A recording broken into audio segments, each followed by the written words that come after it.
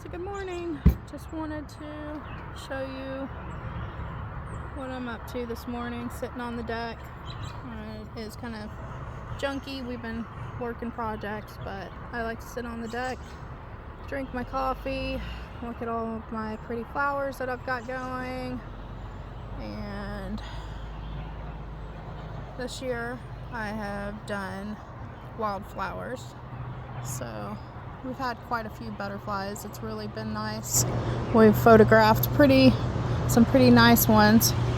And my sunshade here, all of these sunflowers that I'm anxiously waiting to bloom. Look at the stalks on some of these. I mean, I don't know if you can see them, but they are massive.